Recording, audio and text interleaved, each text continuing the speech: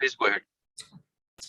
Hi, everyone, and a good morning, good evening to everyone on the other, on one of the next APMP webinars. And I think we've been, covering all types of topics relevant to the bids and proposal community, right from proposal writing, from the process, technology, value proposition. And of course, a key lever there is always sales, right? And so today we have, a salesperson having done it so many years, who will actually give us a view of the other side and what their challenges are, what are they really looking for when they are actually working with bids and proposal teams, when they're working with clients, what are the experiences around that. So a very warm welcome to you, Aeon, and thank you so much for accepting the invitation there. We're really privileged to have you here.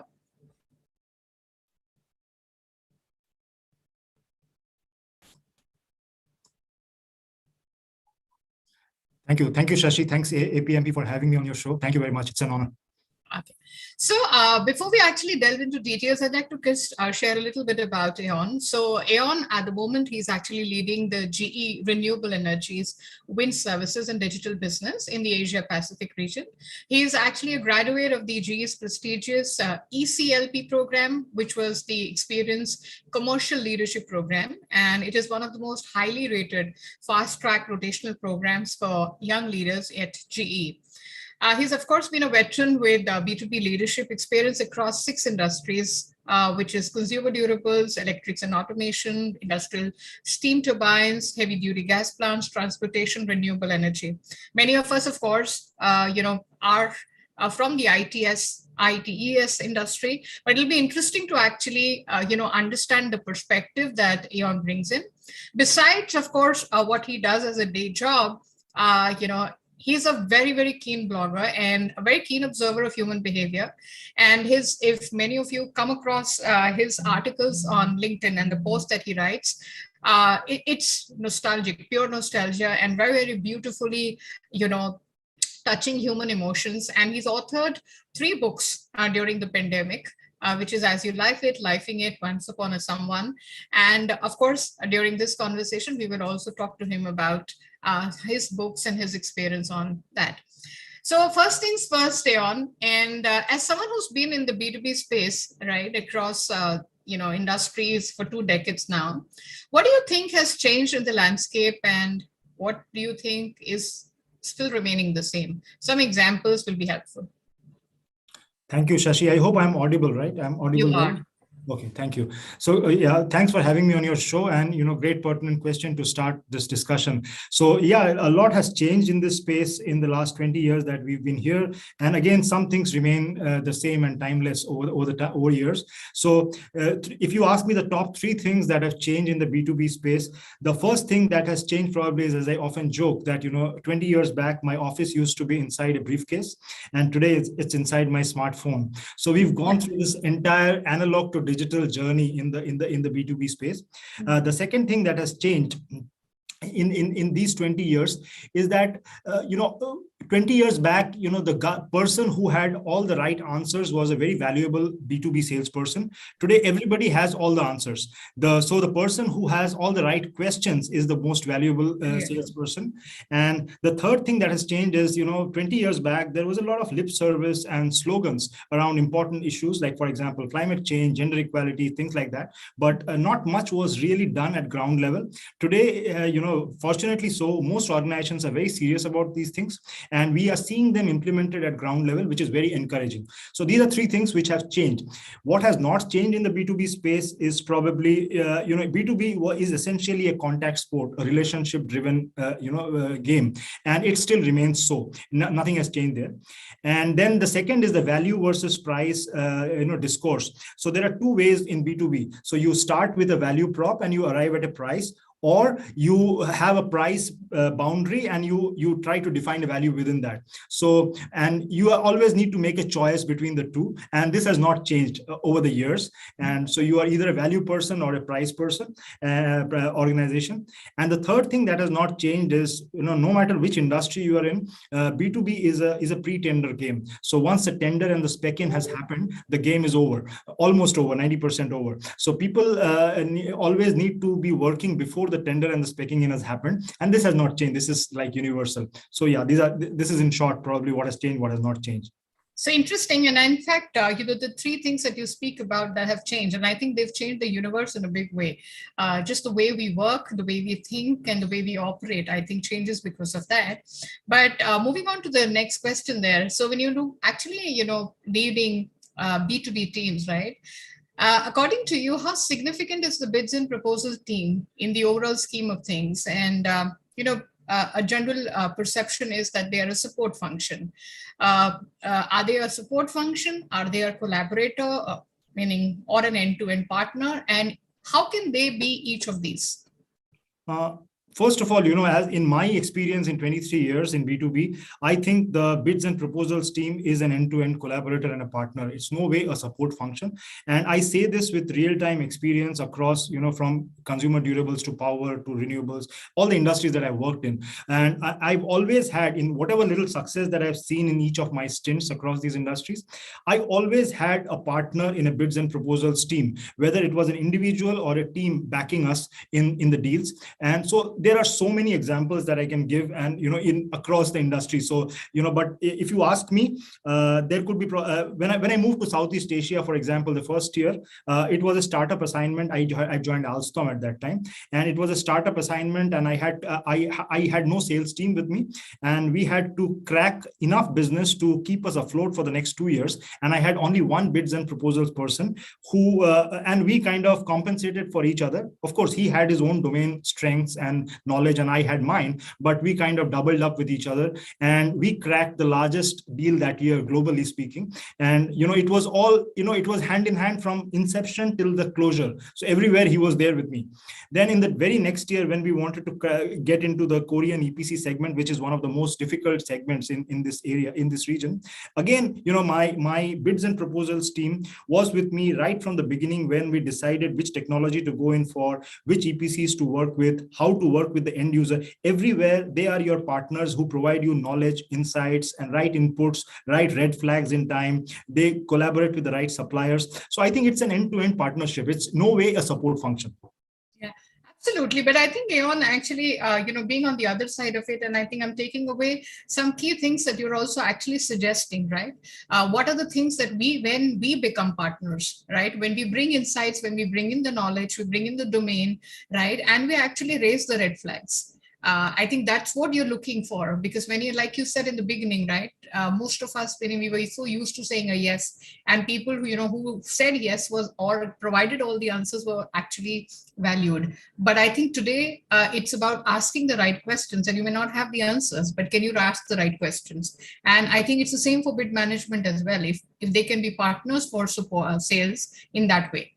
Oh yes, absolutely. They should not just be following instructions. I mean, I have had real life examples where we were struggling to meet a particular number in a certain deal, and my bids and proposals manager came back and he deviated from the standard, if you just go by checklists, he could go to a standard transporter and just fix it up. And he decided to challenge an internal transporter by getting an external quote, and then that kind of swung the whole deal in our favor. These are small things, but they are very important things, and that could not have come to my mind as the salesperson, which the bids and proposals person did. So these are the kind of value adds which a bids and proposals person can do, and proactively they need to do it. I think it's very important.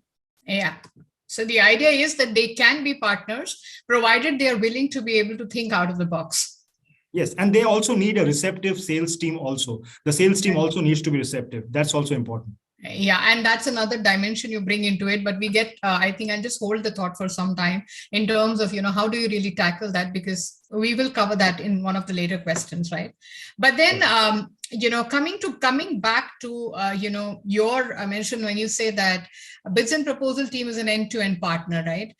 If you could actually kind of really talk about maybe one elaborate example, right, where they contributed to a win, and at every step of the way, while of course you've shared something at a high level. Any other example you'd like to share there, Aeon? Sure.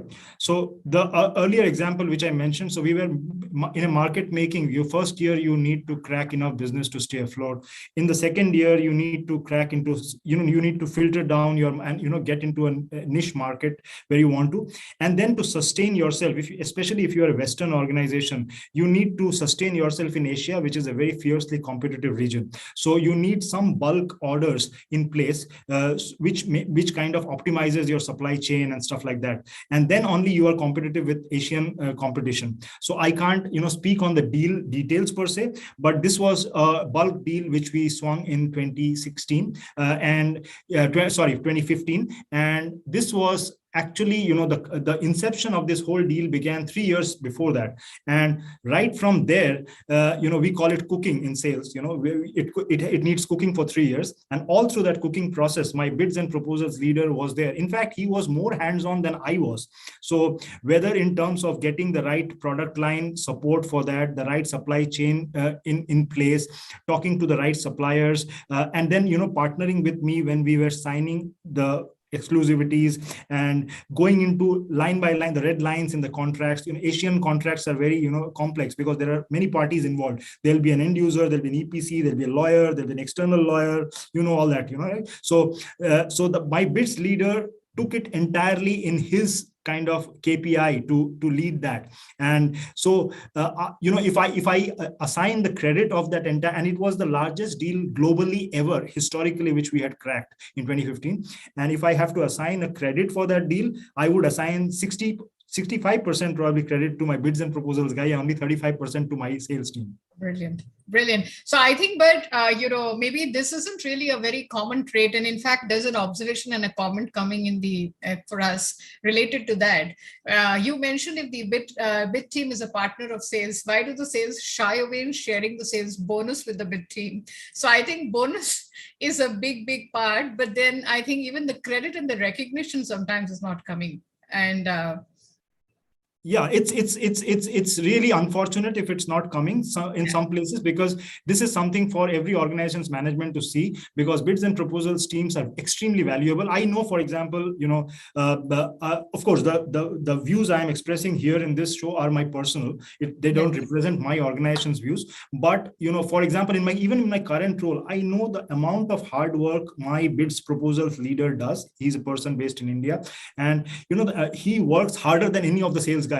So it is very unfair if he's also not measured in the same scale. And I always am a big supporter and for the bids teams, because they do all the hard work, a lot of hard work. Yeah, I guess so. So good to hear that coming from a salesperson. And Aeon, thanks so much for that. And I'm sure many in the audience will be actually applauding and that coming from you. Just to understand a little more, Aeon, many of us in the audience, and I think a career progression wise, when we think about it, right, many aspire to be in a sales role, right? And, of course, when we are talking about sales, there's a lot of enigma and folklore around the sales superstars, right? What is exactly your view, having been in the field for 20 years and seen all sorts of people? What do you think, are successful, sales professionals all about? And what does it really take to really become one? Okay, so your question had two parts. So probably I'll answer the first part. It will answer the second one also automatically. Sure. So as you said, yeah, rightfully, there is a lot of folklore and there are a lot of myths around successful superstar salespeople, thanks to popular culture, Hollywood, and also some authors, self-help, the gurus in the current age who write books on sales, but unfortunately they have never done any sales themselves, probably. So they have some kind of a mythical stereotypical idea about salespeople and they try to project that. They are actually not that.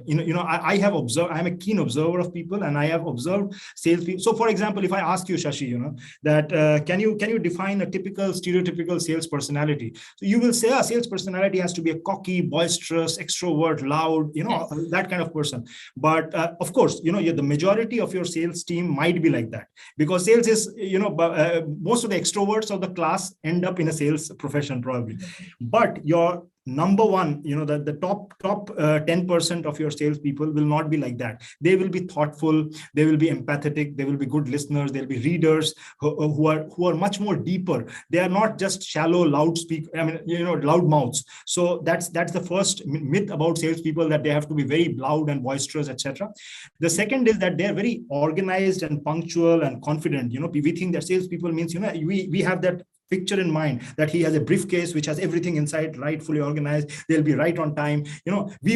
We were groomed on those lines. But I have seen some of the best sales guys or ladies are which we call, they are the ones who are fashionably late to the party. They are not organized at all. So and there's a reason, because there's a lot going on in their heads all the time. They are constantly improvising, they're pivoting from strategies which are not working, and in the end it kind of adds up. So they are not at all organized on your face, but they get organized in the end. So this is another myth I have noticed about salespeople. Another thing is, our formative coaches used to say, you have to be a first mover, go to the client first, you have to put your pitch first. I have seen the best salespeople are seldom first movers. They are improvers rather than pioneers. So they hang around, they don't jump into the game. They let their competition walk in, make their mistakes, then they come in, and then they close the deal. So they are always improvers over pioneers. This is another myth about good salespeople. The fourth thing is that we were always taught by our coaches and our bosses that if you are not closing all the time, you have to keep closing sales. If you are not closing, you are not a good salesperson. I have seen in my 23 years, the best salespeople are never harassing a customer to close the deal. They just understand the problem statement and they lay out the solution and leave the customer alone. And then the customer comes back to the salesperson with the order on her own, because and on some unfortunate occasion, suppose the deal doesn't come through, the relationship stays, and that relationship makes way for future deals. The best salespeople work on the relationship and not on the transaction. So this is another myth about salespeople. And lastly, this is they think that salespeople are always commission driven. If you dangle money in front of them, they are going to jump. It's absolutely a myth. Salespeople, the best salespeople, are in the game for the adrenaline rush. They love winning. And they are there to win, and money flows as a byproduct. They don't start with the money in mind and get into sales. So, these are some of the top, kind of myths which we need to bust when we think of sales personalities. Very interesting, and in fact, and so real. It cannot come actually not from someone who's been in there and actually done it, seen it all, and some very important takeaways there. Passion for the game, I think, because that's what it is about. Relationship, empathy, understanding, right? Eventually, we're talking about selling. While we're talking about, it cannot be transactional. It is long term. So you may lose, as we say, that we may lose a certain bid, a certain a certain sale, right? But you actually kind of earned something, earned the trust, and I think that goes a long way. And you never know when it's going to really help you out. So very interesting there, Aeon. Moving on, and again, I am keen in terms of, because you keep talking about, and very often you call yourself an accidental salesperson, right? And many of us in this profession also end up into this profession accidentally, right? But just as someone who never wanted to be in a sales, but someone who acquired this passion as they went along, right? What do you think is not a default sales personality? And if, say, for example, someone in our community, people who've actually been in the bids, proposals, and different type of roles and responsibilities, if they were to aspire for a sales role, right? What do you think, what advice would you give them to succeed and make that transition? Sure. Yeah, as you said, rightly, I call myself an accidental salesperson. I say I stumbled into sales by accident and never went out of it.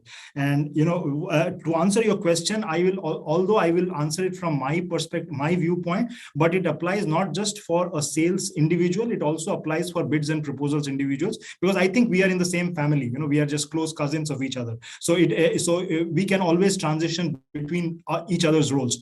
So as an accidental salesperson, I was never that that extrovert of the class, the boisterous, loud guy, who loves talking all the time. I'm not that kind of a person at all.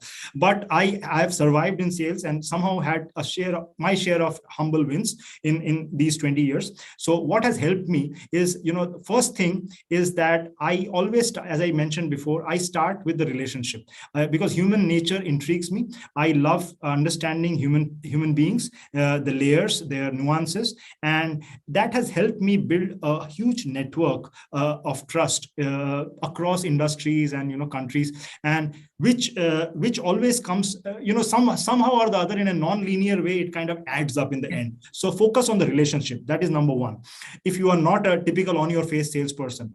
Second thing is, be an original, because I see that people are these days, they have very specific masks that they wear when they go out to work, and then they go back home and they become a different person. So I try to tell my teams and my people that you need to be an original and not Dolly the sheep.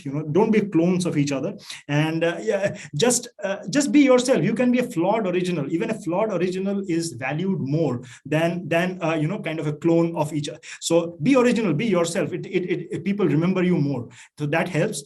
The third is, this is read. I read a lot, and besides around 30 books in a year, which I try to read, and I also read journals and opinion columns, etc. I don't do newspapers, I don't do social media, so that helps. So it frees up your time. And reading is, I'm a small town guy, coming from a small town in India. I never went to an Ivy League, etc.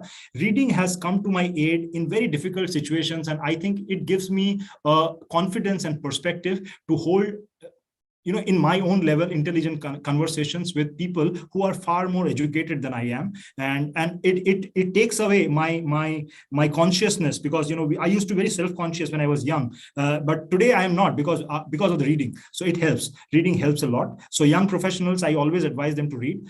The fourth is, you need to play to your strengths, because I know that being a salesperson, I need to do certain things. So I kind of work out 6 days a week. I try to look presentable, etc. But even by doing everything else, I will never be having that default personality which will attract people to me. I mean, I'm not blessed with that, and nor am I that superstar salesperson Clark Kent who can just go and crack any deal. But I have my own subtle strengths, like you mentioned. I try to blog, I try to go to universities, talk to students, get on platforms like these, make friends like you. So what helps is I build a passive network for myself, a passive audience along the years. And will they buy from me every day? No, they will not. But if someday tomorrow if somebody asks Shashi, what do you think of this guy? So I hope that you will say, oh, he's a good, okay guy, So that passive audience helps. So build a passive audience for yourself if you are an accidental salesperson. I always say this. And lastly, have a bounce back ritual. The sales profession can be a very, very unforgiving profession. It's a tough. It's not a soft game. So there'll be a lot of rejections that you'll face, and there'll be monster bosses, bad customers, lost deals, horrible quarters, and there'll be all sorts of things that'll happen. Unfair competition. So and when you go home at night, you need to have a switch off button. And when you wake up in the morning, you need to have a refresh button. So, I have my buttons figured out. My buttons are in the morning, I have my workout. In the evenings, I have my writing. So, and it could be something else for you. It could be music. It could be, whatever. I mean, whatever kind of switches you off from the grind of the day and takes you back into your, again, back to level 0, and then you start again from the next day. So these are very important, if you are in the sales profession, and these have helped me. So maybe my younger friends could, try some of these, and that will help them. Beautiful, Aeon. In fact, I'm hanging on to every word you're saying. And I think you speak about some very, very important aspects, right? Authenticity, originality, as you spoke about, right? Influencing skills, where you said network and, you reach out informally. So our ability to be able to influence, and it may not necessarily be stakeholders and clients, right? It is just our ability, because I think it's a playground of sorts. And if you can learn the art of influencing, you'll only go better with time, because there's no university teaching you that. Yes, yes. And so I think very, very interesting nuggets there, and very, very interesting there. Moving on to a very critical part, Aeon, in the sales game is the negotiation, right? And it is basically a very critical one in the B2B sales profession. So if you were to talk about, you having negotiated multi-million dollar deals, right, across regions, what do you, according to you, are your top few negotiation tips for the audience? Because, and this could be timeless. Again, there's a lot of negotiation that happens even for the bids and proposal teams. Maybe it is internal, well, with the internal stakeholders at times, sometimes with vendor partners, etc. So I think things we'll be keen to hear from you. How do you really, what are the best ways to do that? Thanks. Yeah, of course. Negotiation is a completely different subject in itself, and it can have a complete discussion on itself. And as you said, as you said, negotiate. And the fun part about negotiation skills is that it's never, your learning is never over. Every time you go and crack a new deal, you learn something new. Every time you go and lose a new deal, you learn something new. So it keeps on adding to your kitty. And I have also learned my share the hard way by losing some, winning some, and I can give you some top of my mind nuggets which books don't teach us, management schools don't teach us. And when I say, I'm again the disclaimer, I'm talking as a salesperson, but it applies for internal negotiation, any kind of negotiation. These are like generic negotiation rules we can follow. So number one is, always do your homework. Any negotiation you're walking in has got a surround story. So there are players, there's a players map around the negotiation. So there are stakeholders, there are detractors, there are promoters, there are influencers, there are external invisible people who you can't see in the mix. So they are all playing a part in that. So most people, salespeople generally are impulsive, right? They jump into a negotiation, go bang, bang inside. So don't do that. Do your story, do your research, do your homework, because 1 hour of homework saves you 5 hours of real-time negotiation. I think this is first, very important. Learn to listen deeply. I think we sales people are, we love talking, and we don't wait to listen to what the other person is saying. And I think I'll quote Daniel Pink when he says that, you should practice a 7-second pause. So which means that after the other party has spoken, give yourself 7 seconds. So if you do that, what happens is you save yourself the risk of blurting out something which you might regret later. So have a pause in between. Other things is, another thing which we were taught in our formative years was that the encyclopedia way of selling is that, go on asking a lot of pointed questions, and the customer will keep saying yes, yes, yes, yes. In the end, you get to the big yes. And pardon me for this and to all the old gurus, but I find that this is a very insulting thing to the customer's intelligence. Customer is not an idiot. I mean, you cannot, so there will always be a big no, an elephant in the room, 1 or 2. Get them out. Don't be shy of them. Get them out in the open, and then it becomes easier after that. So this is another negotiation skill which we were not taught earlier. Then another thing is very important is salespeople think that they have to go and convince the other party, which never works. Convincing, if you go into the meaning of the word convince in Latin, it means, defeat in argument. And if you win the argument, you will lose the relationship and the customer. Zig Ziglar had very famously said that customers never change their old decisions. They just make new decisions based on new facts. So if a customer has a decision in his mind or her mind, you can change it only by giving them new facts to change the decision. So don't try to convince and win an argument with a customer. Then, The other thing is there is always, immaterial of whether you notice or not, there is always a team on the other side of the table. It might not be in the same room, but there is a team somewhere there. And sometimes when you are the lead negotiator, you might not get the opportunity to observe and notice the team and the nuances of the team. So if you are the lead negotiator, you should probably have somebody else sitting beside you who should take notes, observe people, and narrate it back to you at night, so you know who are the key players in that whole mix. Then another thing, this is I have learned this from Chris Voss, who is a FBI hostage negotiator, in his book. So, and this is very useful, and I have used it. I have seen that it works. There'll be a set of people on the other side who will use a lot of I want this, I know this. Those people are generally not the decision makers. You will see the person who uses we more, those people are the real leaders and they are the decision makers. So pay more attention to the we people than the I people. So this is important. Then in Asia, I don't know, in India now there are a lot of Chinese and Korean companies also working. So your teams also might be working with them. So there's a tip for you. So my younger friend, not for you. I mean, so for that, there'll be always, Chinese and Korean teams come with a large team, right? 20, 25 people, and there'll be always one or two elderly people sitting in a corner who might not even speak in English with you and who might require interpreters to translate, etc. And you might even ignore them, thinking that those are just there, sitting in the corner. Incidentally, those are the most important people in the meeting. And the youngsters who are the fluent English speaking youngsters who are talking to you, they are just the icebreakers. So the elderly people sitting behind are the ones who have seen the business cycles, multiple business cycles. And another fun nugget one of my Chinese friends had told me is that these elderly people, it's not necessary that they don't understand English. They understand it perfectly. They ask for those interpreters because they want that time gap between a question and an answer so that they can think. So pay a lot of attention to these elderly people. They are your key stakeholders. Be nice to them. And then, there are other things like, whenever you are in a doubt, I have seen we often fall back on meandering jargon and asking convoluted questions. Ask the dumb question. Ask the question straight up. Sometimes it unsettles the other party. If you ask the dumb question straight on the face, and then it makes it easy for both parties. There's no game playing. You just ask the dumb question. That's it. So that's one. Lastly, we spoke on empathy. So never shed empathy. And there is.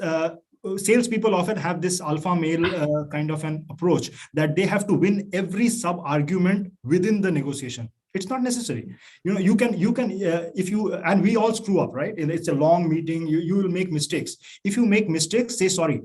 Saying sorry doesn't make you weak in front of the other party. In fact, it actually strengthens your position. So say sorry that I screwed up. I'm sorry. Let me correct myself. So this is another thing which is very important. And then finally, another very important thing is the last point probably is that you should harness the power of non-linear trade-offs. So there'll be some things on your side of the table which might not be very valuable for you. For example, say an extended warranty of 6 months or something like that, but which might be extremely critical for the customer. So keep a couple of them in your back pocket and use them at appropriate times. They can soften the deal to a huge extent, I have seen. So those freebies, which you can give. Everybody likes gifts, right? So keep some gifts in your kitty. Very, very interesting, Aeon. So, and actually, so it took me some time to absorb, and I'm like, I so want to just keep listening on. And one thing I really take away in a very big way, while you spoke about it in terms of negotiation, where you spoke about convincing. Many of the times when you're saying, you're writing proposals, make your proposals persuasive, right? Now, when we talk about persuasion is an art, and we often actually drill it down to very bare facts of making it, very technical of writing or choosing the right words, structure and all of that. The heart and soul of it is not that. The heart and soul, as you said, is basically new facts, right? You said, customers don't change their decision, right? They change just based on new facts. Right. So it's important that we give them new levers to think. And if you can give them that, perhaps they may be persuaded. They maybe, or at least they will respect you for what you're bringing to the table. And insight you're bringing. And incidentally, persuasion and convincing are completely different things. Like convincing is something where you defeat an argument, and persuasion is where you agree mutually with empathy. So it's very you should always work on persuading rather than convincing. So very you interesting. rightly Thanks said. for correcting me on that one. Thank you so much. Yeah. So we have we have some questions coming in, and I think before we get to the next question, I'll actually have you respond to some of those. So we have Mahesh Kandanath asking, what is the difference between B2B sales and bids and proposals, as both of them sell the services or products to the company? So yeah.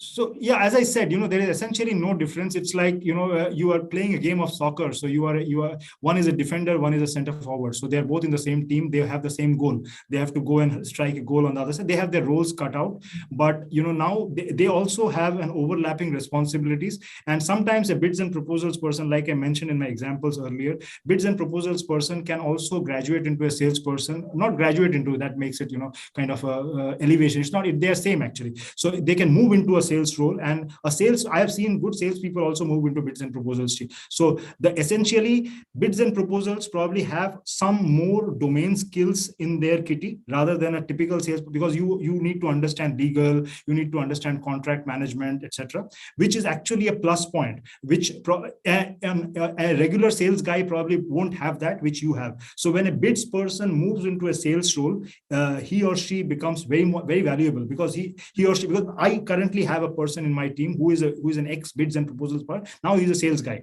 So, but because he has a background in bids, he understands the whole cycle much better. Very nice. Interesting. So we have a next question, Piyush Jain. He's asking, how can a bid manager effectively probe the sales guy regarding a deal, customers' pain points, budget, right? Most of the time, what we do see is the sales team is aiming in the dark, thinking they might be hitting the bullseye. And this is a very real situation, Aeon, at least in our world, the ITS world, we see that very commonly. And I think it all boils down to the relationship, but I think I'd like to be, of course, really keen to hear from you. How can we actually probe them more and, ensure that we get the right information from them?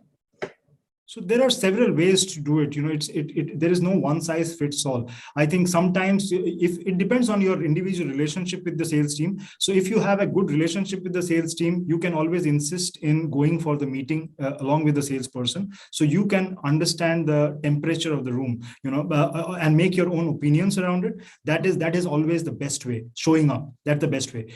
If for some reason you can't show up because of travel restrictions or COVID or whatever, I mean, you can't show up, then have a detailed deal review, or kind of a pre-deal review, if I may say so. So where the salesperson lays out the deal in his or her way to you, and then you provide your inputs and bring out your questions at that time. That I have this question. Do you think this will happen? Do you think they have a budget for this? If I add on this extra element to our proposal, will it be accepted or will it be shot down? So these are the questions you can have. And I have seen the best thing which works is processes always help, but an impersonal, an interpersonal relationship between the bids and the salespeople is always much more helpful. Just pick up the phone, talk to the person, walk over to their place, just sit and have a chat, and that always helps. Yeah. So an important element there, I think wherever we are speaking about, it's about relationships. If your relationship is transactional, where you're saying, give me this bit of information, I need to finish my work and I want to submit my proposal, I think you may not really get the insights you're looking for. But if you've had a great partnership and a great relationship going, there's a level of comfort, there's a degree of comfort, and you can always probe further, question, and, dig deeper. So interesting. Yeah, there. I think the next question is coming from Neil there, Aeon, and he says, in developing economies, cost is a very important factor as compared to the developed economies. How do you showcase customer value in terms of quantification, especially in the logistics space? Okay, so I am not an expert in the logistics space, but as I mentioned in the first question, when I was answering the first question, was that in B2B essentially works either of the two ways. You start with the value and then you peg a price to it, or you have a price boundary and you peg a value within that. So, no way is right or wrong. So there could be, there are many technology companies we see who are using probably the last generation product in developing economies because of the cost crunch which they have. So they're and which is okay, because they and then if you are able to plug a value extra for extracting the additional price from there, well and good. Otherwise, you need to work back on your value stream. But yeah, you should have, if you are asked to work on a threshold where below which you won't go, so then it's always better to have a threshold on value than having a threshold on price. So you should have a kind of a walk away position on the value, that below this value I don't want to work, because what happens is after that it's a race to the bottom. There is no end to a price game. So it should be ending at some place, and that place should be on value, not on price. Interesting. Okay.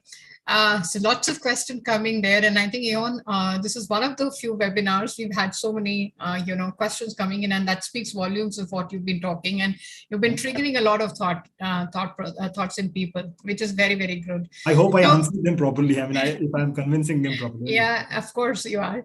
And so the next question coming from Avijit Majumdar: to be recognized as a true partner for sales in the entire deal cycle, what will be your expectations from the big team?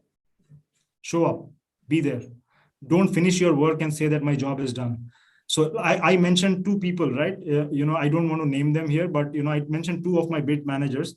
They whether it was working from 5 a.m. in the morning till 11 p.m. at night, they never said that my work is finished and now we go and figure it out, go and close the deal. So they were with me. And likewise, when they are working overnight, and that's not my job, probably I am sitting with them as the salesperson. So I think that's an interpersonal trust and relationship that you need to build, and that gets built over a period of time, and you need to go through some cycles. So relationships between a sales and a bid person gets built in two ways: when you lose a deal together and when you win a deal together. And you need to do both.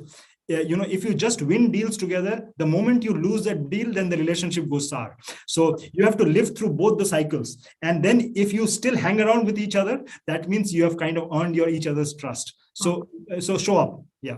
Great. So looks like, I think, and that's what it is. I think someone who's really seen it all, done it all, and I'm at the risk of repeating myself, but I think very, very interesting conversation and responses there. The next one is coming from Raj Chanda. He says, nowadays, most IT services pursuits, especially AMS contracts, have become more of a price war.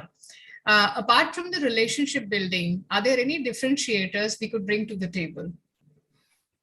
There are. So as I mentioned, that B2B is essentially 90% pre-tender, pre-spec in work. So the relationship that you are developing with the customer, so it all depends on information, right? I asked who has the right questions to ask. So the moment a tender or a requirement has come out and there are 5 parties bidding for it, then it's a price war. You can't escape that.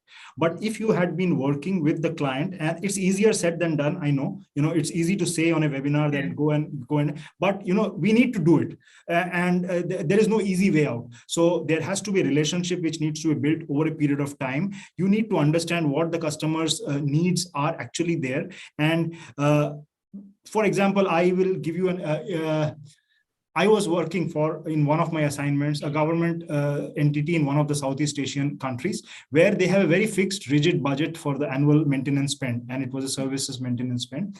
So I knew that this year, if I get it into the tender, I'm not going to, get my thing, because the particular thing was my price was 3 times of their annual budget. So we baked in the value story with their team. Then the customers, and they took us to the relative stakeholders. We built in the story. Then they built a special budget for the next year where it was specced in exactly to what we wanted it to look like. And then, they have the right value there. And you have been working with them through the entire cycle, and that trust factor is built. So when the tender comes, your job becomes easy. And you also have a budget built in. So you can avoid a price war only when you build in the value way in advance before the spec is done. Yeah. And in fact, for you to be able to kind of build that value, or at least have them see the value, you've got to build trust. Because nothing is, you've got to be a trusted partner for them. And show up in off season. The people, we salespeople generally show up only when there is a requirement. But if you are showing up at the customer's end in off season and helping the customer with information which might not be relevant to your transactional deal, just being a technological partner to them, etc. So these things add up, and that relationship somehow they also people we are generally reciprocative animals, right? So if you are doing that to a client team, they will also feel that they need to do something for you, and they can probably subtly do these helps for you, for you.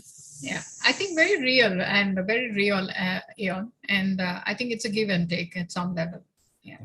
So Mahesh has a question where he's saying, while writing a company introduction mail to a new client, what points need to be kept in mind for having, so that it doesn't get missed? Okay. So yeah, that's an interesting one, because as sales and tendering people, when we are communicating to a customer about introducing ourselves or giving our value story, we generally tend to go overboard with our PowerPoints. So we send 50-60 pages of how glorious we are, what we have done in the last 100 years.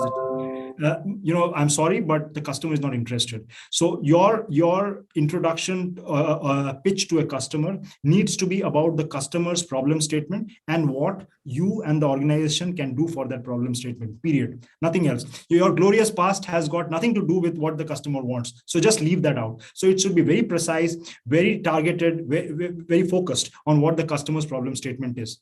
Yeah. And which again boils down to the same thing, that for you to be able to do that, and it doesn't seem like a, spam mail, is that it has to be, it means you understand the customer's problems, their hot buttons really. And then you're actually making it a targeted mail. Yeah, exactly. In fact, some of my best customers whom I interact with, I don't even send that mail. I text them first. I understand what they want to see from me, and I get the whole requirement first, and then I send the mail. So, just sending a mail, I am XYZ company. We have done this for last 50 years. Nobody's interested. They want what you can do for them. So, get their problem out. Yeah, I think, and you mentioned a very important thing, the WIFM part of it, right? What's in it for me? And I think more often than that, while we keep saying that, and selling is about the client, about the customer, but we make it about ourselves. It's often about the capability sell. Hey, this is what me, myself, and more of myself. And this is what we do. And this is what we have done. These are our credentials.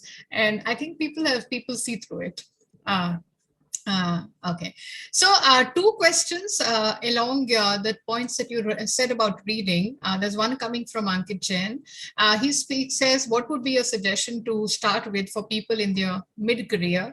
And what are some, Bedarshi Sahar says, what are some great journals, magazines to read for sales and marketing?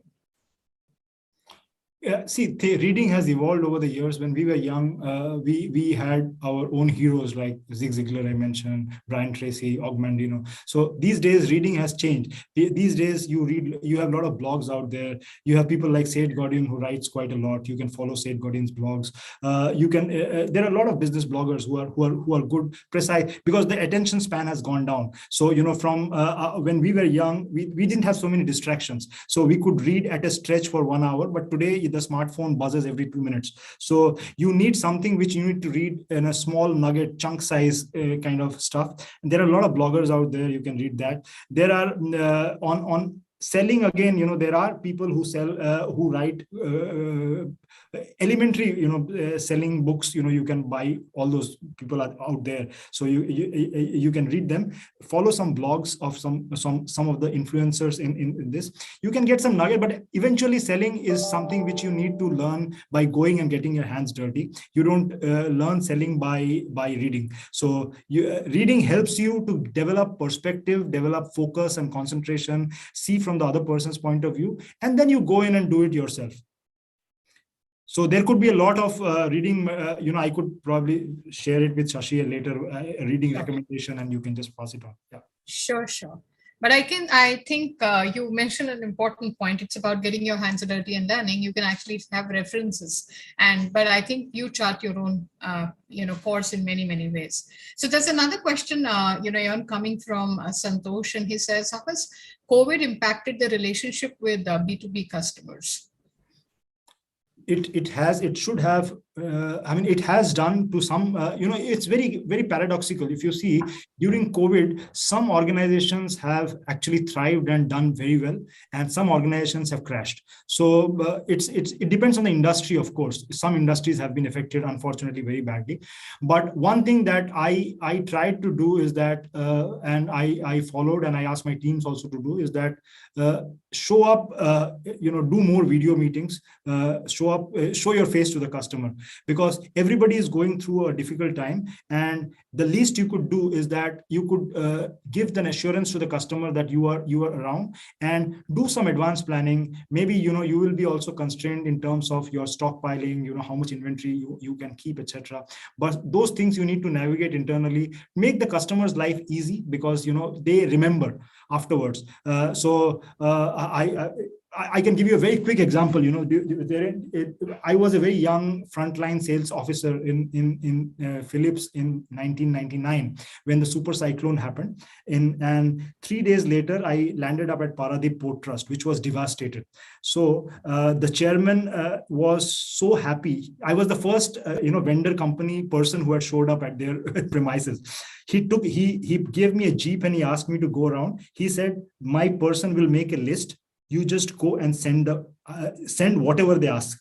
And there was no negotiation there. So when you show up during times of distress, customers remember. So you need to be around the customer. So yeah, during COVID it has impacted, but thankfully we did okay, because we were our business is skewed that way. But some businesses unfortunately have been affected. Yes, truly.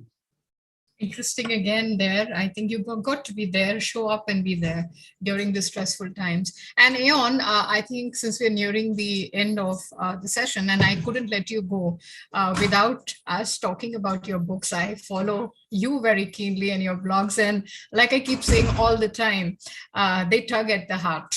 And they evoke beautiful human feelings. And what you write about are everyday events. And interestingly, the pandemic has done you a lot of good. You came up with 3 books, not one. And so I'd like to know, a little more about your books. What are they about? And so please share something about your books. That's very kind of you, Shashi. Thanks for that. And yeah, I didn't plan to write these books. These books actually wrote themselves. As a daily blogger, I had a lot of stuff out there, and which I keep deleting from time to time. So my friends used to tell me that I wanted to read that particular post. Why did you remove it? So why don't you come out with a book, etc. And then I realized in 2020, early 2020, that we Indians are not very good at documenting our journeys. So we have so many, professionals out there in the world today.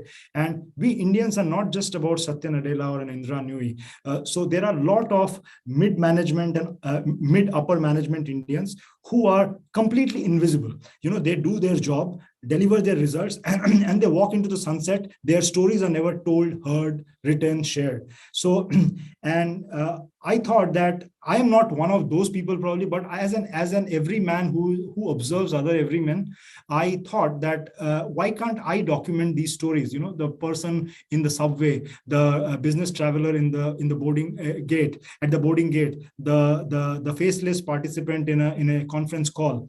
Who are these people? So what are their problems in life? What drives them? How do they inspire themselves? So my books were about those things. They are all standalone chapters, each sitting on overlapping values, boundaries of work and life of an everyman. So it's not, and I don't think that there should be a watertight kind of boundary between work and life, that your work is an umbrella which you leave out when you enter life, and vice versa. Your work and life should overlap with each other, because that's where you bring your authentic self out there. And people, as I said, you shouldn't be Dolly the sheep, you should be an original. So that's how the books came about. And this year I just came out with a short story collection, which was part of an old some old collection of mine, which I added some new content and brought out a new book. So it came out just the last month. So yeah, so 3 books, 3 years, checklist done. So here's another one coming, a very interesting one coming from your Bengali, pair, I would say Abhijit Majumdar, and he insists that I call out his name. But if you have to choose, an angel and a devil from your list of Chatterjee, Banerjee, and Mukherjee, who would they be? So I think I put out a post someday, 1 or 2 days back. So so there are no angels and devils, and I think with whatever is happening in the media currently, with what's happening in West Bengal, it's really embarrassing for me as a Banerjee.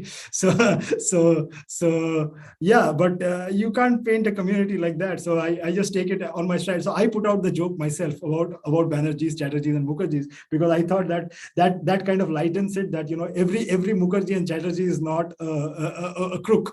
So yeah, and so yeah, that's what it is. No, if I may say, of course, one starting with you as a friend, but I think Bengalis are nice people to have around, and they're great friends. And I think intellectually they're bright, young. And I know Abhijit ji, I know you, and I know a lot of others. So I think yes, there's more to the Bengalis than beyond the Banerjees, the Mukherjees, and all that's actually playing out in the media. Ayan, actually, I couldn't really thank you enough. I think this has been one of the most beautiful sessions. And I think what brings it really to life is your authenticity, the real you, and you speak about some very real problems, and the solutions you're talking about are very real solutions, not something bookish, as we'd already we discussed it. And I think something you're very, very passionate about it. You keep repeating, I'm not an Ivy League person, I'm not going to talk about that. And I think throughout the conversation there were nuggets of wisdom, and I'm sure, meaning I'm taking away a lot with me, and I'm sure there are listeners who are doing that too. So thank you so much for all of this, Ayan. And of course we call you back again very soon. My pleasure. Thank you so much. Thanks to you and the entire team who joined in. Thank you very much, Shashi. Thank you, APMP. And to the audience, thank you being the patient's listeners. And of course, I think this has been a hugely interactive session. And I think thanks for your questions coming in. This is actually live on YouTube. And those of you who are attending it, you will actually get this as an email link. And you can actually certainly, read it, forward it.